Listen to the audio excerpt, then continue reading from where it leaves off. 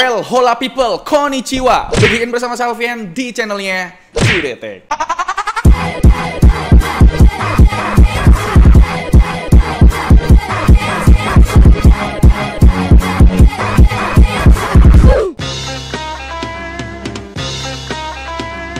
Setelah keluarnya Poco F6 resmi di Indonesia, ternyata bikin kaum mendang-mending makin tambah bingung dengan kehadiran HP yang katanya disebut flagship killer ini, bre, ya kan? Soalnya masih ada jejak-jejak tertinggal yaitu Poco X6 Pro yang kalau dilihat dari harganya makin menarik, bre. Varian tertinggi X6 Pro aja sekarang udah under 5 juta. Sedangkan Poco F6 ini start from 5 juta untuk varian 8/256 dan 5,7 juta untuk varian tertingginya 12/512 GB. Orang-orang jadi pada bimbang karena dari segi spesifikasi X6 Pro pun masih sangat amat fresh. Aku yakin orang-orang yang mau ambil F6 tuh ya karena pakai SoC Snapdragon 8S Gen 3 atau 8S Gen 3 gitu ya. Pengen lah ya kan nyicipin SoC kelas flagship ya kan. Dan orang-orang bimbang ambil X6 Pro karena pakai Dimensity atau justru malah seneng sama X6 Pro karena terhindar dari isu matot. Dan emang banyak dari komentar-komentar di video review Poco X6 yang bilang mending X6 Pro. Jadi di video kali ini kita coba untuk sedikit aja membandingkan performa Poco F6 dengan adiknya yaitu Poco X6 Pro. Kamera gak kita bandingin ya bre, soalnya unit X6 Pro udah gak megang lagi. Aku udah pakai ini HP dari awal video unboxingnya naik ya, kurang lebih ya sebulan lah ya, dan buat daily drive pastinya. Pembahasan pertama dimulai dari segi desain yang menurutku pribadi terlalu berlebihan untuk BAM kameranya bre. Karena kalau dilihat dari generasi sebelumnya itu Poco F5, desainnya tuh terlalu agresif untuk Poco F6 ini. Keputusan buat besarin bulatan kamera nggak sepadan sama ukuran lensanya. Poco F5 64 megapiksel bukaan f1.8, sedangkan Poco F6 malah turun jadi 50 megapiksel dengan bukaan yang lebih kecil emang di f1.6. Jadi malah desainnya Poco F5 kelihatan lebih low key dan sopan gitu ya kan. Tapi ini selera aja ya kan. Kalau kalian pada lebih demen sama BAM kamera segede ini, ya fine-fine aja lah. Kita lihat di bagian kiri tuh kosong, di kanan ada volume button sama power button, dan di bagian bawah ada SIM ejector yang bisa dual nano SIM tapi nggak bisa tambah micro SD card. Jadi pastikan kalian ambil yang varian storage-nya tertinggi ya, kalau emang sering main game yang kapasitasnya gede gitu. Terus ada mikrofon USB Type-C sama speaker. Di bagian atas ada mikrofon lagi dan ada speaker. Artinya speakernya di sini udah stereo bre. Dan terakhir ada IR blaster nih. Ini ngebantu banget karena remote AC di kamarku tuh hilang bre ya kan. Tapi sayang sekali bre, lubang kesukaan kita absen di sini ya kan, yaitu lubang jack 3.5 mm tidak ada gitu. Emang agak susah ya buat cari HP yang masih menyediakan lubang jack 3.5 mm. Padahal menurutku pribadi itu penting banget bre. Jadi kalau urusan audio kalian cuma bisa pakai splitter Type-C to jack 3.5 mm atau ya pakai wireless via Bluetooth versi 5.4 yang udah minim latency dan support audio codec aptX HD, LHDC sama LDAC, dan udah support high-res wireless audio juga. Dan kalau dilihat fitur-fitur lain yang ada di HP ini, jelas ada NFC buat urusan isi saldo e-tol, terus ada fingerprint on display yang responsnya terbilang cepet dan cukup akurat karena pas keadaan jari basah masih bisa dipakai bre. Dan masih di bagian layar yaitu always on display yang ada upgrade nih. Biasanya keluarga Xiaomi always on display-nya cuma tahan 10 detik aja buat api gitu ya kan. Tapi di Poco F6 kehadiran sensor sensing hub bawaan dari SoC Snapdragon 8S Gen 3 yang bikin always on display di HP ini akan selalu menyala bosku kalau muka kalian ada di depan HP-nya sih ya. Terus ada proteksi IP65 yang artinya dust proof dan water resistant, tahan cipratan air dan juga debu bre. Terus ada gyroscope hardware yang cukup akurat dan untuk haptic vibration-nya udah pakai X-axis linear vibration motor. Tapi menurutku ya tetap masih kurang asik sih buat ngetik. Entah kenapa ya di HP flagship vibration-nya tuh enak banget buat ngetik bre. Emang beda ya rasanya ya. Dan ngomongin soal rasa, build quality Poco F6 ini masih terbilang standar lah. Nggak yang berasa mahal gitu loh ya kan, nggak berasa mewah. Body dan frame plastiknya emang berasa banget di genggaman, tapi bobotnya jadi lebih ringan sekitar 179 gram. Tapi bre, kalau di bagian depan baru beda ya kan. Pakai panel AMOLED berukuran 6,67 inci di resolusi 1220x2712p yang diproteksi Corning Gorilla Glass Victus bre. Ya bisa termaafkan lah ya kan. Soalnya di Poco X6 Pro masih pakai proteksi Gorilla Gorilla Glass 5. Jadi soal proteksi layar, Poco F6 ini lebih unggul. Dan juga peak brightness di Poco F6 ini up to 2400 nits. Ini lebih terang ketimbang Poco X6 Pro yang peaknya di angka 1800 nits, bre. Jadi kalau Poco F6 dipakai di outdoor, terik matahari masih enak dilihat lah. Soal baterai, mungkin ini juga yang berasa upgrade-nya. Dari sisi chargernya sih ya, support up to 90 watt dan dapat adapternya juga di paket pembeliannya, bre. Pengisian dayanya dari 1% ke 50% butuh waktu 24 menit. Beda 2 menit lebih cepat dari X6 Pro. Terus dari 1% ke 100% butuh waktu 55 menit. Cuma beda 7 menit lebih cepat dari X6 Pro. Padahal beda adapternya dari 67 watt ke 90 watt. Ini antara pas lagi ngecharge-nya dalam keadaan panas atau emang anomali aja sih ya. Harusnya sih bisa lebih cepat lagi lah. Terus kita coba ulang lagi ngecharge-nya di ruangan ber-AC dari 2% sampai 50%. Cuma butuh waktu 15 menit. Yo, beda jauh banget kan? Dan dari 2% sampai full 100% cuma butuh waktu 38 menit. Berarti emang harus dalam keadaan suhu adem ya buat mendapatkan kecepatan charging di 90 watt tadi. Dan buat baterainya kita tes pakai World 3.0 Battery Life. Kapasitasnya 5000 mAh-nya, Poco F6 bisa bertahan sekitar 12 jam 20 menit. Ini ternyata ya mirip-mirip aja kayak battery life-nya X6 Pro, bre. Dan perlu diingat, kita tesnya pakai mode baterai balance ya. Kalau pakai yang mode ultimate jelas beda hasilnya, bre. Dan ngomongin mode ultimate, kita ada tes performanya di dua mode berbeda juga. Mode baterai balance dan juga mode baterai ultimate buat ngelihat peningkatan performanya nih. Di pengujian Antutu 10 benchmark di mode balance, Snapdragon XS Gen 3 di Poco F6 ini dapat skor sekitar 1.450.000. Tapi pas kita tes di mode baterai ultimate naik sekitar 4,2% dengan skor yang tembus di 1,5 juta, bre. Dan kalau kita bandingkan dengan beberapa HP yang setara, ada Poco X6 Pro dan mantan flagshipnya Samsung yaitu S23 Ultra, performa dari Poco F6 ini ada di tengah-tengah lah ya. Lebih kencang 9,6% dari X6 Pro dan cuma tertinggal 3,7% dari Samsung S23 Ultra yang pakai Snapdragon 8 Gen 2, bre. Dari sini mungkin banyak yang beranggapan kalau XS Gen 3 adalah X Gen 2 yang tersakiti. Atau Snapdragon 7 Plus Gen 2 yang di overclock. Kalau ini sih ya masih rumor ya, bre. Atau mungkin emang beneran. Yang tahu coba komen di bawah deh. Kalau di performa Geekbench 6-nya, peningkatan performa dari mode balance ke mode ultimate naik 3%, sedangkan single core-nya naik 6%. Kalau dibandingin sama performa S23 Ultra yang pakai X Gen 2 dan X6 Pro yang pakai dimensi lebar 1300 Ultra, performa multicore Poco F6 unggul 21% dari Poco X6 Pro, tapi tertinggal 8% dari S23 Ultra. Dan single core-nya unggul 54% dari X6 Pro, tapi tertinggal 7% dari S23 Ultra. Memang ya sangat menarik sekali ya Snapdragon XS Gen 3 ini. Experience SoC flagship bisa kalian dapatkan di Poco F6 ini, bre. Kalau buat gamingnya gimana nih? Kita ada tes dalam dua kondisi ya kan. Kemarin kita udah janji main game di indoor pakai AC dan gaming outdoor yang mana tidak pakai AC. Game pertama ada Mobile Legends ya, game sejuta umat. Setting grafik dan frame rate-nya udah terbuka ultra, bang. Artinya dapat 120 FPS. Tapi faktanya pas kita main 1 jam di indoor pakai AC, rata-rata FPS-nya tuh nggak sampai 120 FPS. Kayak mana nih? Cuma mentok di 90 FPS aja. Kalau rata-rata pas main 1 jam sekitar 83,8 FPS. Bahkan pas udah main 30 menit kadang turun ke 60 FPS, bre. Kalian bisa lihat di bagian grafiknya ya, naik turun dari 60 ke 90-nya tuh berasa ya. Padahal mainnya di indoor pakai AC loh. Dan buat suhunya pas kita main 1 jam di indoor pakai AC sekitar 41 derajat Celcius di bagian layar dan 42 derajat Celcius di bagian belakang. Buat penggunaan baterainya, main Mobile Legends selama 1 jam berkurang 22 menit. Dan kalau pas main di outdoor tanpa AC, lebih teruk lagi nih ya kan. Ini kita main di depan rumah dari jam 3 sore sampai jam 4 sore. Jadi harusnya nggak begitu panas terik lah ya. Main 1 jam dapat 3 match nih. Awal-awal dapat 90 FPS-an lah. Tapi bentar doang, bre. Abis itu turun ke 60 FPS rata-ratanya. Berarti bisa dibilang Mobile Legends di Poco F6 ini sangat bergantung pada kondisi suhunya ya kan. Dipakai main 1 jam suhunya tuh naik 1 derajat di bagian layar jadi 42 derajat Celcius dan naik 1 derajat juga di bagian backdoor jadi 43 derajat Celcius. Jadi suhunya sih masih bisa dibilang terjaga lah kalau main Mobile Legends di outdoor. Tapi emang performanya jadi turun. Mungkin supaya ngejaga suhu biar tetap stabil sih ya. Buat penggunaan baterainya, main 1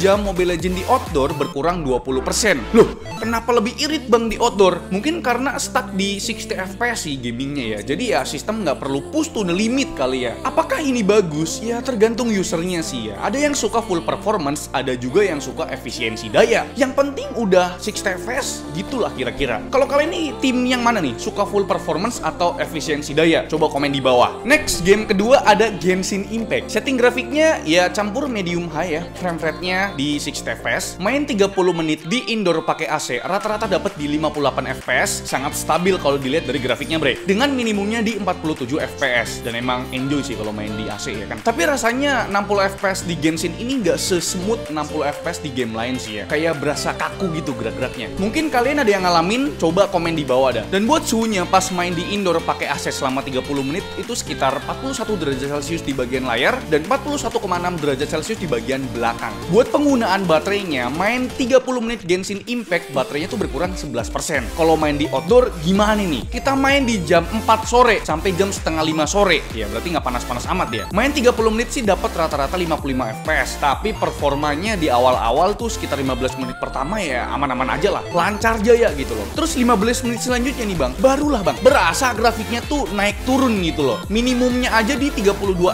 fps. Berarti memang suhu ruangan berpengaruh banget sama kestabilan performa HP ini bre. Suhu pas main Genshin di outdoor selama 30 menit naik 5,5 derajat Celcius. Lumayan hangat, ganggu di tangan sih ya. Rata-rata suhunya tuh 45,5 derajat Celcius di bagian layar dan sempat nyentuh 46 derajat Celcius di bagian backdoornya. Ini menunjukkan adanya sedikit throttle pas main Genshin Impact di outdoor selama 30 menit. Padahal sore-sore loh ya kan, nggak begitu panas lah gitu loh. Dan buat penggunaan baterainya, main 30 menit di outdoor berkurang 11% juga bre. Dan kita lanjut ke game ketiga, ada COD Warzone. Game yang bisa dibilang cukup berat selain Genshin ya kan. Pakai grafik medium dan FPS-nya uncapped, main 30 menit di indoor pakai AC, rata-ratanya dapat 56 fps. Di awal sih sempet nyentuh 90 fps, tapi secuil doang ya, bentar doang. Habis itu stabil di 60 fps. Cukup lancar sih ya main COD Warzone 30 menit di indoor pakai AC. Tapi suhunya sih tidak santai bre. 44 derajat Celcius di bagian layar dan 44,7 derajat Celcius di bagian belakangnya. Lumayan anget-anget ganggu gitu ya kan. Dan buat penggunaan baterainya, main 30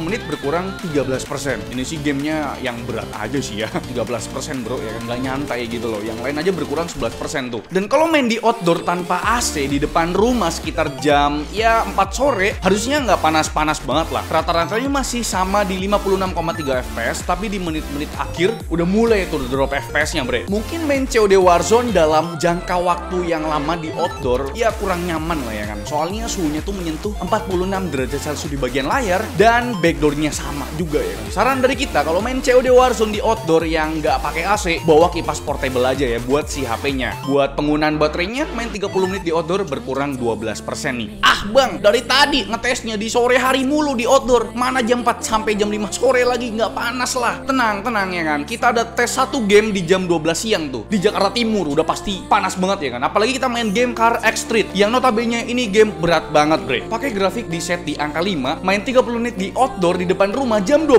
siang tuh ya kan. Rata-rata tuh dapat 41,5 fps. Tapi kalau dilihat dari grafiknya, pas ku mainin sih rata-rata didapat 30 sampai 40-an fps lah. Mungkin kalian ngelihat di grafiknya menyentuh 60 fps karena lagi modif mobilnya bre. Jadi ya stuck di 60 fps tuh, nggak berat-berat amat. Dan buat minimumnya jadi 24,6 fps nih. Buat suhunya di outdoor jam 12 siang ya main Car X Street sekitar 45,3 derajat Celcius di bagian layar dan hampir tembus 47 derajat Celcius di bagian backdoornya. Buat penggunaan baterainya, main 30 menit berkurang sekitar 13%. Itu kalau main di outdoor ya bre ya. Kalau main 30 menit di indoor pakai AC, rata-ratanya itu dapat 40,3 fps. Kenapa lebih rendah bang? Karena nggak ada scene modifnya bre ya kan. Jadi fps-nya ya terhitung pure gitu loh pas lagi gameplay aja gitu ya kan. Lihat aja di grafiknya tuh, berasa naik turun gunung ya kan. Dan buat suhunya pas main di indoor pakai AC turun 2 derajat aja nih ya kan, sekitar 43,5 derajat Celcius di bagian layar dan 45 derajat Celcius di bagian belakang nih. Dan buat penggunaan baterainya, main 30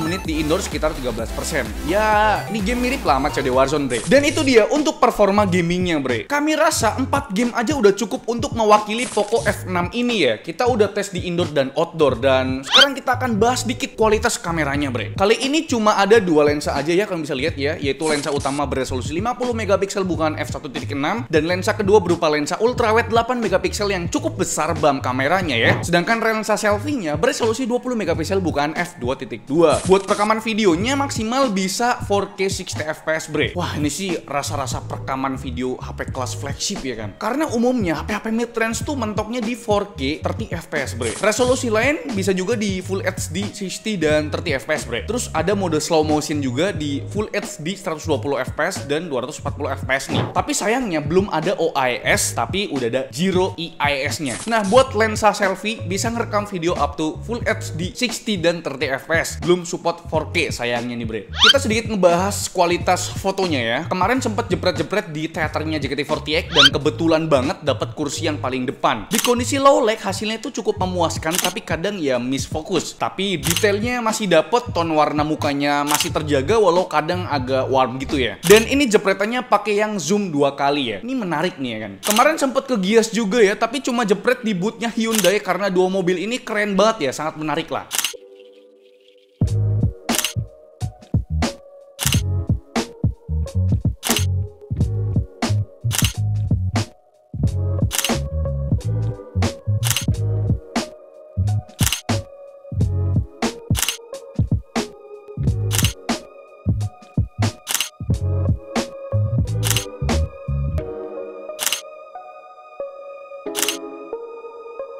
Sedangkan buat perekaman videonya kita tes buat konseran JKT48 juga. Poco F6 ini masih bisa diandelin apalagi di 4K 60 fps nya bre. Kalian bisa enjoy the video dah. Wajahmu selalu ku ingat, membuatku menjadi tergila-gila. Oh sayangnya miliki perasaan ini, ku sangat merasa beruntung. I want you, I want you, I need you, I need you, I love you, I love you. biru hatiku, rasa sayang yang Terus selalu happy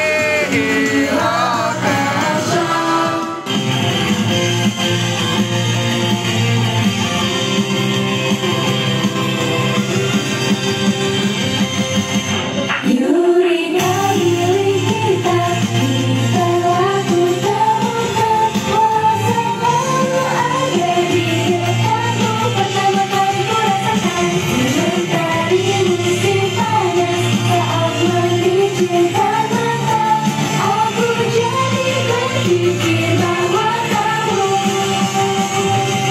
sungguh indah.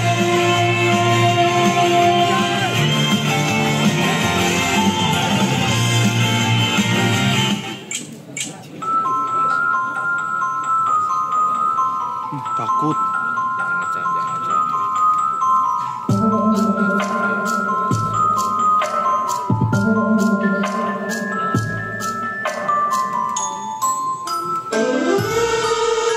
Dari balik ruang rahasia berbisik memori yang pedih, sentiran hati yang terluka, menyimpan sebuah misteri. Mantra ini deras meracuni, menyiksa janji yang terkunci. Pandora's magic has been set free, waktu tak terulang kembali kita. Hey, where's your word? Abracadabra, it's only just a trick. Now you see, now you don't. Show me magic.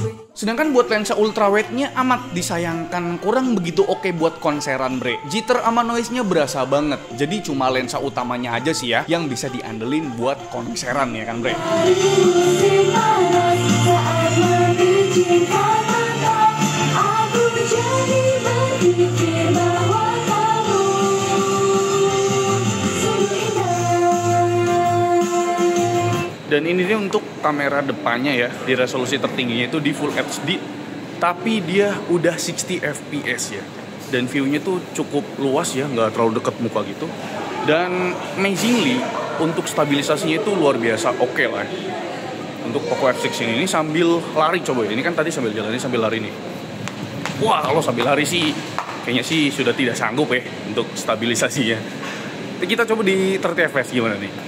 Di resolusi Full HD 30 fps sama aja, tidak ada fitur stabilisasi video yang ada di kamera belakangnya ya. Sayang sekali ya, mungkin kalau misalkan updatean selanjutnya bisa dikasih ya fitur stabilisasi di lensa selfie-nya di Full HD 30 fps, nggak apa-apa lah, biar makin stabil kalau misalkan dipakai buat lari gitu. Tapi ya ini juga udah oke lah, udah dikasih Full HD 60 fps bro. Sedangkan ini adalah kualitas perekaman video di resolusi 4K tapi di 30 fps sambil jalan kaki. Tapi entah kenapa kayak movementnya tuh kayak aneh gitu loh kalau di 30 fps. Tuh, gimana menurut kalian bre? Lagi-lagi kalau kalian tanya untuk lensa ultrawide-nya bisa dipakai di resolusi berapa? Cuma satu aja ya, di resolusi Full HD 30 fps doang. Sayang sekali. Tapi nggak apa-apa, yang penting dia udah 4K 60 fps bre.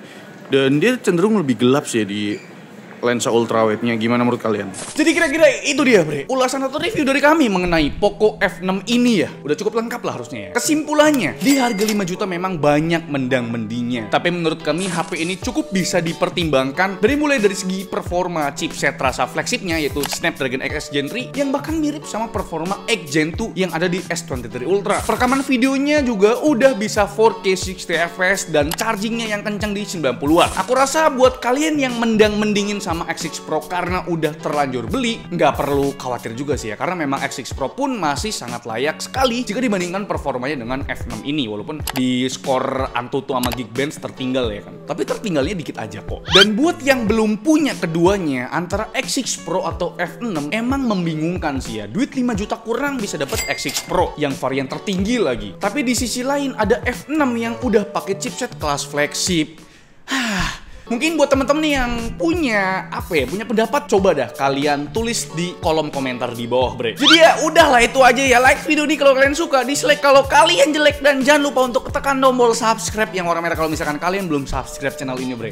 Saya Alfian selaku host di channel, mengucapkan terima kasih, sampai jumpa di video selanjutnya. Bye bye.